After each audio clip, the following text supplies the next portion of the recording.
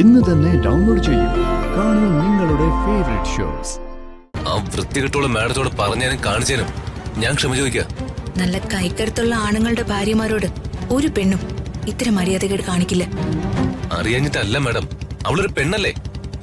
അതുപോലെ അവൾ ആ കൾച്ചറില്ലാത്ത രുക്മിണി ആന്റിയുടെ മകളും കൂടിയാ. കാരണം നോക്കി ഒന്ന് പൊട്ടിച്ചാലേ പോലീസ് കേസാവും, നാണക്കേടുവാവും. എന്തായാലും ഞാൻ കേട്ടല്ലോ, അത് മതി.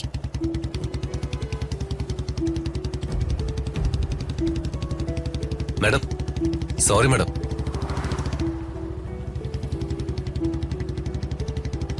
Madam sorry.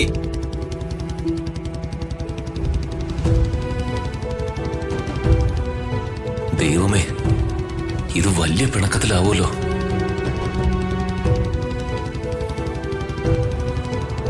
എന്റെ അമ്മ പറഞ്ഞതുകൊണ്ട് തന്നെയാണോ രാജുവിനെ കല്യാണം കഴിച്ചത്?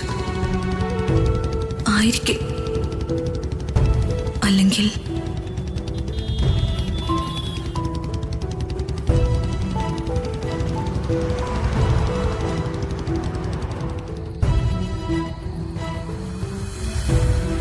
വീട്ടിലെ എല്ലാവരെക്കാളും സ്നേഹം കൂടുതലായിരുന്നു അമ്മയ്ക്ക് ഋതുമോളോട്.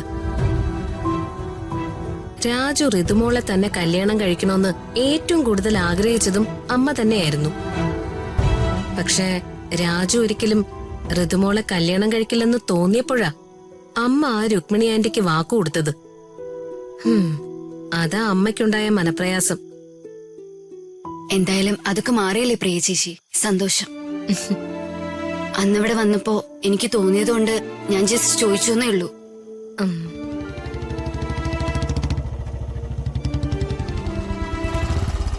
ആ, അവരിത് എത്തിയല്ലോ.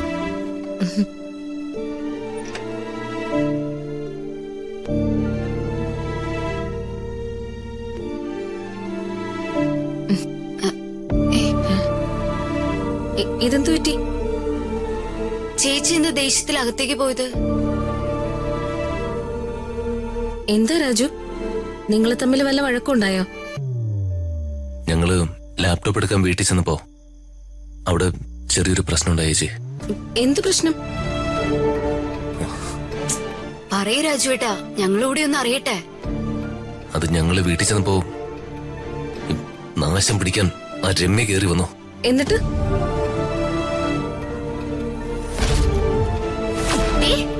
നീ ഒറ്റ ഒരുത്തിയാ എന്റെ രാജുവിനെ എങ്ങനെ തട്ടിയെടുത്തത്. വലിഞ്ഞു കയറി വന്ന നീയാ എന്റെ ജീവിതം തകർത്തത്.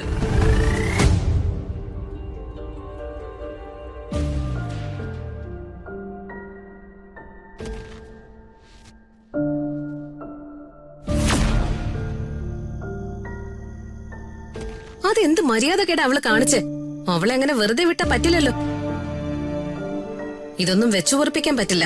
ഞാൻ ഇപ്പൊ തന്നെ ജേട്ടനെയും കൂട്ടി അവളുടെ വീട്ടിൽ പോകാൻ പോവാ. ജേട്ടൻ ചേച്ചി, അതൊന്നും വേണ്ട. ചേച്ചിക്ക് അറിയില്ലേ ആ രമ്യക്ക് ഭ്രാന്ത. കൂടെ നമുക്കും ഭ്രാന്തായാലോ. ശരിയാ ചേച്ചി, പോട്ടെ.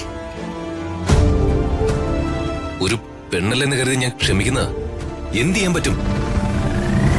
അവളുടെ കാരണത്തിട്ടൊന്ന് കൊടുത്താ പിന്നെ കേസ് വേറെയാ. പിന്നെ പുലിവാലി പിടിച്ച് നടക്കണം. അതെ, അത് ശരിയാ. ഋതു ചേച്ചിയെ നമുക്ക് സമാധാനിപ്പിക്കാം, അത് മതി. ഞാനും അമ്മയും കൂടി ഋതുമോളോട് സംസാരിക്കാം, അപ്പം മാറിക്കോളും.